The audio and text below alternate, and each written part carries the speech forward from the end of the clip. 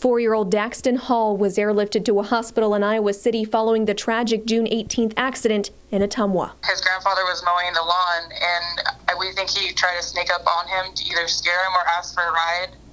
And his grandpa didn't see him, and he accidentally ran him over with a lawnmower and cut both of his feet. Daxton received treatment in Iowa City for almost 3 weeks. He couldn't really talk well, and he was just very out of it and didn't really understand what was going on. He's been recovering from home since his release from the hospital last Tuesday. He's doing a lot better, compared to the beginning. But he's talking, he's laughing, he's slowly becoming himself again. Gonzalez is taking time away from work so she can stay close to Daxton during his recovery. Her friend has set up a GoFundMe fundraiser to help the family keep up with medical expenses. The page has already raised more than $9,000. I couldn't even believe it. Even the first day, I think she put the goal at 2,000, and we hit that within a matter of hours. I'm so thankful, and I appreciate everybody for helping out and doing anything they can, and even their kind words too. It's been amazing.